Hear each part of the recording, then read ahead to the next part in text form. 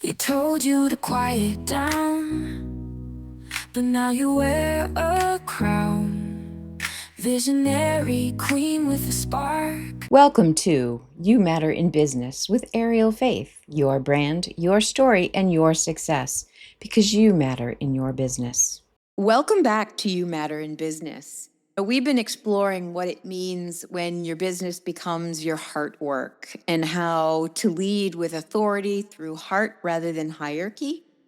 This week, I'm bringing you Amy, and I'm going to have Amy, could you do me a favor and pronounce your last name? Absolutely. Lenius. No hard feelings, though. The world does not revolve around me and my name. Lenius. I'm well known for murdering names. So she is a director of group coaching at Next Level University and a speaker who helps women build authentic authority through self-worth, self-belief, and consistency. So she is a great person for our community. After rebuilding her own identity through chronic illness, Amy discovered the true leadership isn't about performing with confidence. It's about deeply knowing your worth and leading from that solid foundation. She specializes in helping women stop performing success and start embodying the authentic leadership the world needs. How is that for an intro? Very impressive. One of my favorites yet, actually. Thank you. Do we even remember the other ones? No, I'm like, kidding. So, Amy, that is quite a journey and quite a goal. And it absolutely 100% resonates with everything that I do and I put out into the world, because I think so many women in particular struggle with these things. But you talked about 3 pillars in your information. You had the self-worth, self-belief, and consistency. So can you do me a favor and tell me how this helps build foundation in authentic leadership, or how would you help us figure that out? Yeah, absolutely. I can talk about these 3 things for as long as you need. So, self-belief, self-worth, and consistency. From everything that I have seen, not only in myself, but all the people that we work with, you will always meet the ceiling of these 3 pillars and how far you can take them or how high they are for you. And so, self-belief is self-efficacy. It's what you believe you're capable of achieving externally. It's your competency, your capacity, your capability, and your belief in that specifically. Self-worth is an internal game. It's what we believe we are worthy of inside, of achieving, of having, and that'll not always make sense, right? Lots of times when we say things out loud of, oh, I don't feel worthy of success, it sounds nuts, but a part deep back in your brain believes that is true. And so worth is a funny little one. And then consistency is everything. Honestly, it's that unsexy fundamental that no one really wants to hear about, but yet you need to know about to reach any version of your personal success. So I deeply believe that success is subjective, and it is in anywhere. We can look at success in relationships, in health and fitness, monetarily, obviously, but there are so many different versions of success. And I deeply believe that all of 3 of these pillars apply to whatever that version is. Okay. So when it comes to leadership, if you're going to put yourself, I think we all are leaders. We just don't necessarily use the term, because as mothers, we're leaders. As there's so many aspects of life where we do lead by the work we do, right? Not necessarily by the leadership role. But how do these 3 things act as a foundation? So leadership is influence, and there's so many different types of leadership. Like you said, you can be a leader within your household. You can be a leader of an entire company. There's so many different forms of leadership. But like you said, I'm sure each and every one of us can identify it in one way, shape, or form in our lives, whether we've been able to identify it yet or not. And so all 3 show up again in your ability and your belief in yourself and your belief in others. So belief is this incredible thing, and there's these 3 layers to it. When we're achieving anything, or again, we're going to bring it to the level of leadership. If you're leading something, someone, a project, a group of people, looking at it as, do I believe this, again, let's just say a goal, a common goal that we all have and that I'm leading, do we believe it's possible? Well, we've seen it done in the world. We've seen it done in other companies. We've seen it done in other households. Is it possible? Well, yes, we've seen it done. Is it possible for me? Is it possible for us as a group and where we are now? And is it going to be worth it? Those are 3 layers of belief. Is it possible? Is it possible for me, for us? And is it worth it, what it's going to take? Because I think that, especially that deeper layer of worthiness, we struggle to pinpoint that one for ourselves. We will look at the goal and we'll be like, oh, that's so exciting, let's do that. But we rarely assess what it's going to take and what it's going to take for us. And that worthiness aspect, that worth it factor is so important when those days are hard, when the things you're doing to get to that goal are not as motivating as maybe they were in the beginning. Or as so fun. Worth it factor, right? It's so important to be able to assess that. Yes, it's worth it. And I'm going to do what it takes every day to get us there. And then self-worth. Self-worth is so valuable as a leader because you embodying it yourself automatically ripples out into those around you. It is this magnetic thing that is so beautiful as you build it, especially for women, because women have this thing where our worth is all external. And that is such a backwards thing. So are you a good woman? Are you a worthy woman? Well, let's see. Are you a good mother? Are you a good wife? Are you a good sister, daughter, community member, pack member? It's all in what we are for other people, on average, is how worth is viewed in women, which is so backwards. Can we gain worth from those things? Absolutely, if we ourselves deem that those are important. But our worth needs to come internally. And as we build that internal worth, it gives others permission to do the same. When they see us setting boundaries, when they see us having social courage, when they see us investing in ourselves, when they see that we use comparison in a healthy manner as a driving force, as something that motivates us versus in a detrimental way, they see us keeping the promises we make to ourselves.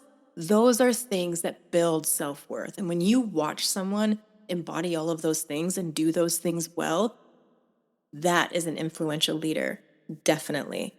So that's self-worth. Those are 5 important keys to self-worth. And your ability to be consistent as a leader creates certainty in your people. When they know that they can trust you to be consistent, that creates certainty, which creates clarity, which creates safety, which creates an entirely beautiful atmosphere for those you are influencing. Yeah, beautiful way to describe it.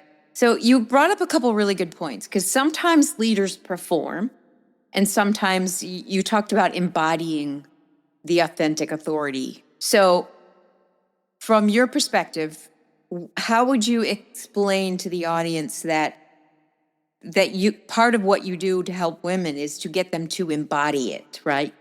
To own it is what I'm hearing. But how would you explain that part? Yeah, to start practicing it every day. Okay. Build it into your identity is what creates that embodiment. And to build something in your identity, it takes consistency and it takes intention.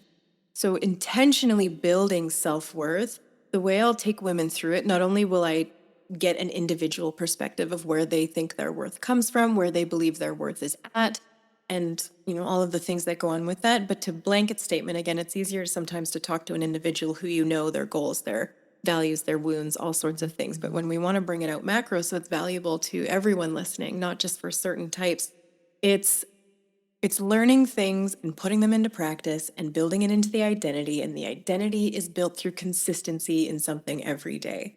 And to build things that are within the self-worth pillars. So picture a pyramid that has 5 layers.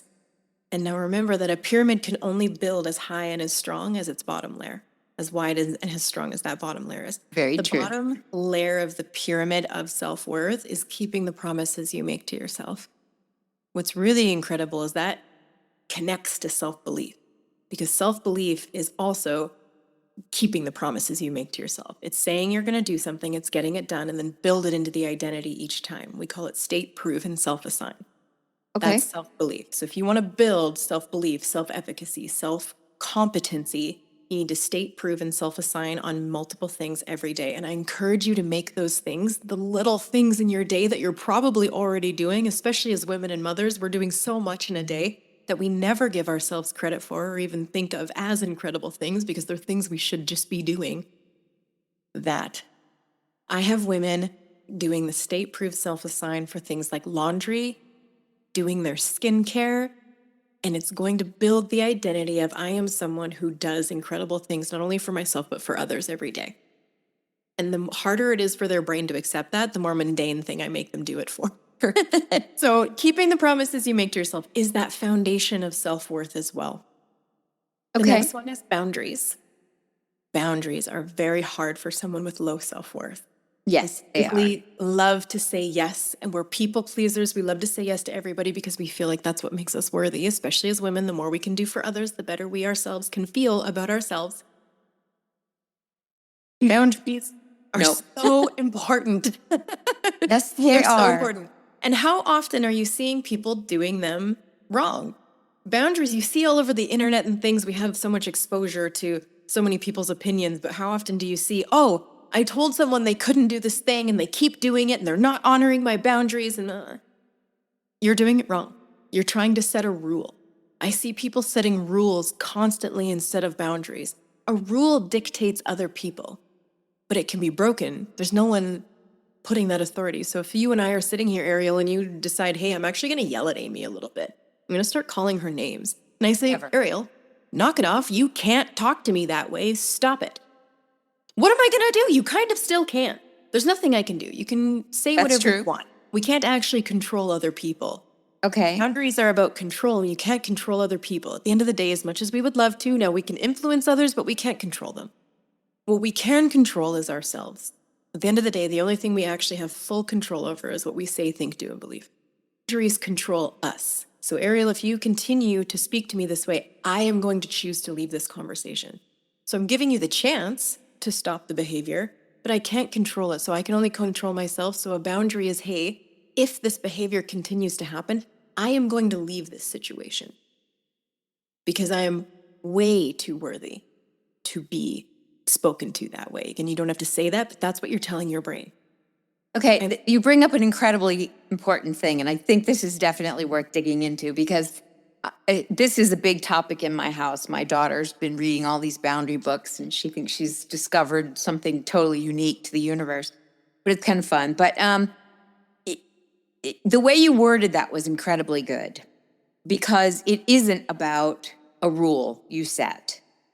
And what I find, and one of the biggest struggles I find that many people have, male or female, is if I put up a boundary, they're afraid that like just what you said, that if I'm going to leave, that can get really ugly in certain relationships because you still want, on some level, you don't want the relationship to end, so you still keep trying, but then you try a boundary or a rule and that doesn't work. So I think you see where I'm dancing here. I do. And this is something, especially for certain core wounds. So if you have a core wound that fears losing love from others, you're going to really struggle with this one. Okay. Because we know deep down that these people give us love because of our lack of boundaries. And we don't want to test that because we know that if we start setting boundaries, we could potentially lose love from these people. And that hits us in a core wound. And I say us because that's the bucket I am. There's a few core wounds. That's mine. It's called Unlovable. And we fear losing love from so many that we try and do our best to be who everyone needs us to be so we don't lose love. Which is kind of sad because in reality, that's not really love. No, it's not. Behind the lens, crafting tales and names. Bring your marketing, your brand to life with storytelling and strategy.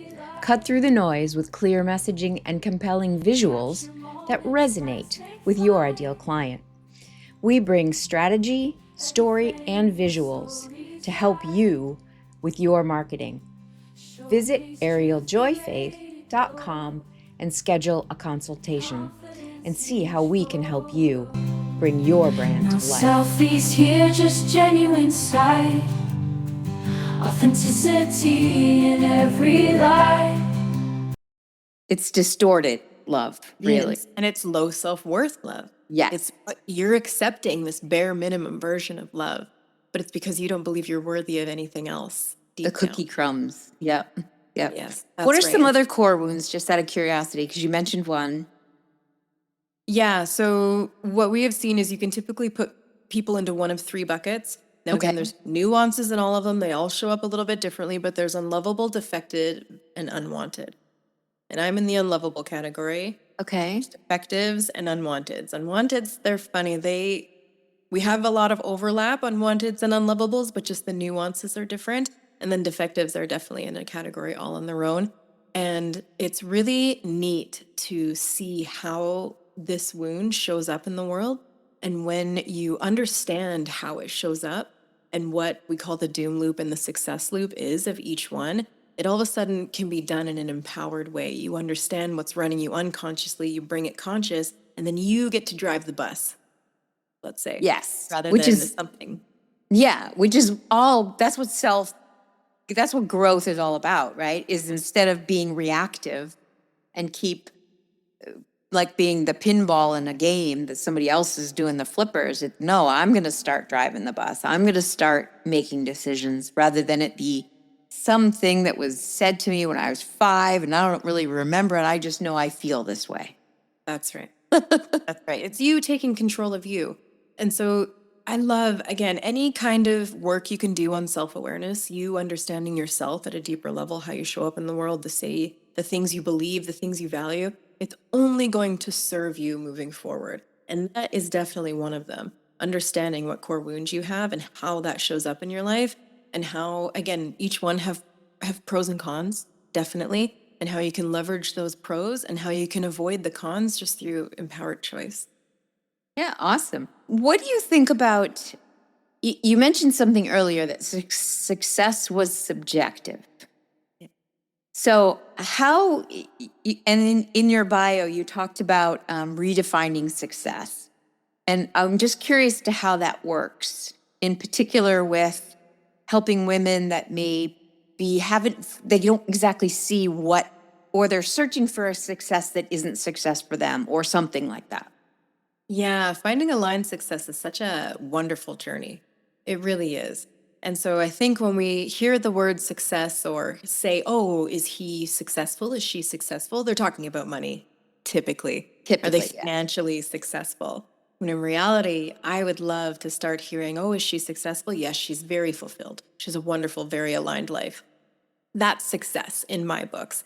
But I think we need to redefine success into all areas, because you can have a successful marriage, you can be a successful parent, you can have a successful business, or be a successful employee. It's very much based on what is aligned for you. Not everyone is built to be an entrepreneur. Absolutely. Right, but I deeply believe that most shouldn't, but we're pushed into, okay, you need to be an entrepreneur. You need to have this hustle, this boss babe culture. I can't tell you how many women just need to hear that it's okay to be at home. It's okay to be so wildly fulfilled and successful in your home life. And that's okay if that is for you. And then I need to give permission to other women who are not massively fulfilled at home and they want to chase other things. That is also okay. Let's find the way that makes sense for you, that's going to be aligned and fulfilling and still fuel your passion, potential, and purpose. Yeah, I 100% resonate with that, because my definition of success is very different than the average person in terms of just everything. I mean, I used to call myself super rich when I had no money. So, hey, riches had nothing to do with the money. It had everything to do with the way what I was doing in life at that moment, and how I was benefiting others, and how just life was full. You go through those stages where I had that really richness at one point, and then I had just some diversions, family issues, and you got to kind of reroute and redirect, and life. Yeah. The wind blows and you have to react to it, right? Or you Yes, have to make ebbs and decisions flows. based on it. Yeah, yeah. There's always ebbs and flows. There's always seasons Yeah. of abundance and seasons of scarcity, and you flow in and out of them. Yeah, you do. And you learn to appreciate them when you have them. Yes. Learn to see them when you have them. And the more tools you have and learn along the way, again, that self-awareness, how do I show up when I'm in abundance? Some people get really lazy when they're in abundance, and then they wonder why the scarcity season comes so hard. And other people are, the opposite. Again, there's no right or wrong. It's just knowing what you do, and is that aligned with your goals? How are you in a season of abundance? How are you in seasons of scarcity? How do you flow in and out of them and still stay aligned with your goals, trusting that those always come? The most successful people monetarily in the world struggle with abundance and scarcity, depending on, again, relationships, their fitness, their health, all sorts of things. Life is reactive no matter where you are. And again, some people have more levels of reactiveness than others. If you're single, don't have any pets, don't own a home, and anything, then your level of reactiveness might be less than someone who has kids at home, pets at home, has a household, things. But again, there's always a level of reactivity in the day. And so how are you in those seasons? And how do you flow in and out of them rather than try and balance them? Because balance genuinely is a BS thing that people try and chase, and they're never going to be satisfied, because balance insinuates that everything is equal all at once. And what a nightmare to try and chase that, because that's not accurate. Yeah, I've always looked at life as more like sailing. When a person sails, just in case anybody doesn't know this, but it's kind of interesting, but when they sail, they go right and they go left to go straight. So to counteract the wind, you have to do what's called tacking. So you're shifting to the right, and then you realize, oh, I got to go back. And so you go to the left. And the faster you go, the tighter your tack is. So in life, we are always going to tack. We're always going to shift to one side or another. So we'll get to an extreme, and knowing where we break and where we thrive. So knowing how far to let that tack really makes a difference on how well we will cope with life. Mm-hmm. And the wind and the challenges and the storms and all that stuff. I've always had that visual's always been super helpful to me, to see that life is not straight. It's not linear. It is a journey and path that weaves and wanders and has cool sun shining through the trees. I mean, it's a great place. Yeah, what a beautiful analogy. We call that the drive to 5. So again, as we go through life, there is what is optimal. That's 5. That's in the center of 0 to 10. And so often we overswing one way, and then we overswing another way. But the more we learn and the more we understand about ourselves, the overswings get less and less and less and less. Exactly. Right? You get to find what that optimal center is. Now, are you ever going to stay there consistently? No, because it expands. It's one of those things where it never actually arrives at perfection, because life is a journey. Like you said, it's a mountain that we're climbing, and then the mountain always gets bigger, especially if you believe in striving, not always arriving. If you're a growth-oriented person, you know that there's always more to learn. There's always more to discover. And so how can you just stay centered, but again, just not have those crazy overswings, make those less and less as you learn? Yeah, absolutely. Now, sometimes personal growth, well, I shouldn't say sometimes. I mean, it's just the way growth works. There is growing pains to growth, right? There is discomfort. There is times when it can get very scary emotionally. Yes. So when you're helping people navigate through the challenges of getting to that next, whatever that point is for them, so that they can have either greater influence or just have greater self-worth, or whatever that next step is for them, how do you help them deal with the hard parts? Yeah, there is always a next level. We are called Next Level University. So we believe that everyone has their own individual next level that they can go to in areas that matter most to them. And so reaching that next level isn't always comfortable. If it was, everyone would be doing this work. If it was, the world would be just this wonderful place, because we're all so self-aware, emotionally intelligent, others aware. It would be amazing. But it's actually really hard. In the beginning, it can be fun and exciting and momentous. And when you see it online, personified through Instagram, let's say, it's always, oh, love, light, fun, momentum, money-making, trips, boats, like, I don't know. Whatever, yeah. Whatever it is. And you're like, oh, I don't feel that way. I'm actually really struggling with this. And these awarenesses I'm learning about myself are actually really hard. I actually have a lot of shame around things that I have discovered about myself that I realized was in my control, but maybe wasn't, because I didn't know better at the time, but now I know. And again, the more you deep dive into self, there are some messy things in there. And those days can be hard. And when you have someone who can actually talk you through that, not only talk you through it, but tell you that it's normal, that it's necessary, that it is so common on this journey, that is a beautiful thing to be able to tap into. Because when you just view it online or view it in others, you only see the highlight reels. When in reality, there are some hard moments. And when you learn that that's actually the journey, not that you're doing something wrong, or maybe this journey isn't for you because it's hard. I would argue the opposite. I would argue that you're actually doing something really right if you're having those hard moments and looking into that hard stuff, because that's where the gold actually is. That's where the most healing actually is. Yes, there's stuff that's fun, momentous, and moves the needle and things, but the stuff that really changes you, that really impacts your life, doesn't feel good very often. It's that pain now for progress and success later versus avoiding pain now and having it later. Or never having it because I avoided it. Yes, and just keep avoiding it and then wonder why your life stays the same and doesn't get better, or why these relationship cycles keep happening, or health cycles keep happening. Again, you have to look in the stuff that's holding you back from that, and that's not always fun. Not fun. The mirror is real. Yes, exactly. But if you have someone in your corner who can say, yeah, absolutely, that's so normal, that's so valid what you are feeling. We have a term even called lonely land, where we just encourage everybody that this is a normal thing of growth, because we were talking boundaries earlier. Well, guess what? When you start building self-worth and you're like, oh, I am way deserving of higher quality relationships and setting boundaries in my life and things. Well, all the people who benefited from you not having boundaries are going to be upset.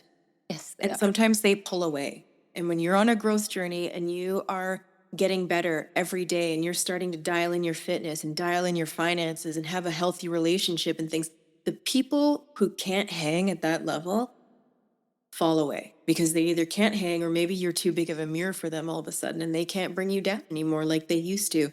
So now you start to maybe lose some friends. The relationships you had feel a little more distant. That, again, is so common and normal on this journey. We call it lonely land, and everyone goes through it in some shape or form. And it's just a part of it, and it is worth it. Again, that worth it factor needs to come in, because on the other side, when you have more aligned relationships, ones that actually pour into you and lift you up and help you excel, that's the best, just the best. Yeah, it's hard to explain to people when they are not on that side, right? I think one of the things that's really cool about the journey, and I've shared with the audience quite a bit of my own through the many podcasts, but once you have gotten through a barrier, like say there's one in front of you and you want to get through it or get to that next level, like you like to say, then you have something that you didn't have before, which is, I climbed that. I got to that next level. So you have confidence in the fact that you could overcome the problem, or you could get there. So then the next challenge that's in front of you becomes easier. And then the next one becomes easier. It still has a lot of the same feelings, but your confidence in your ability to handle it increases, no matter what it is. It's almost like, bring it on. What's next? Yeah, because on average, that next level is more challenging. But yet at this level, you grew, your capacity grew, your comfort level expanded. Yes. So if you were to picture a 3-ring target, our comfort zone is in the center. Our growth zone is that next outer ring. And our anxiety zone is basically everywhere else. Yeah, that's where it's too much. You don't want to jump from your comfort zone out into the anxiety zone. You're going to run back for that comfort zone so fast and convince yourself that everything out there is not for you. And never am I leaving again. No, ever again. And so your comfort zone stays the same. But if you can have humility and dive into something that is sustainable, you can go into the growth zone. And as you go into the growth zone more and more and more, your comfort zone expands. It gets bigger to encompass that next layer, that next step. Like you said, your capacity grows. And then the growth zone comes again. But because you've grown and your capacity has grown, it doesn't seem so scary, because you've been through so much that even though it's hard to see the other side, you trust that you can get there, and that it's going to suck and it's going to be hard, but you know, because you've done it so many times, that there's going to be something for you on the other side, that you're going to have learned from that discomfort, and you're going to take it forward and apply it to the next thing. It's building an identity along the way, that I can do hard things, that I can achieve things, that it's worth it to do. And it is worth it, for sure. Yeah, absolutely. We're going to come back again next episode, and we're going to talk a little bit more about working with our natural rhythms. That's something that you talk about, and I think you do in your class. So When we come back, we'll talk about how the natural rhythm plays into our growth and our helping each other along the way. Very exciting. Okay. Thank you. See you next episode. After all, it is your brand, your story, and your success, because I know that you matter in business. Thank you for listening to You Matter in Business podcast. Please follow, share, like, and comment. I would love to hear from you. This podcast is sponsored by Ariel Faith, Storytelling Marketing, and Your Brand Photographer. The show notes provide more information on how to contact Ariel and more information about this episode. Thank you again. They told you to quiet down, but now you wear a crown. Visionary queen with a spark, lighting up the dark. Rediscover your own fire, chase the dreams that lift you higher. Redefine your role today, brand new in every way. Build your confidence through my lens, break the walls you put up since. Embrace your power, hear your roar. You are meant for so much more.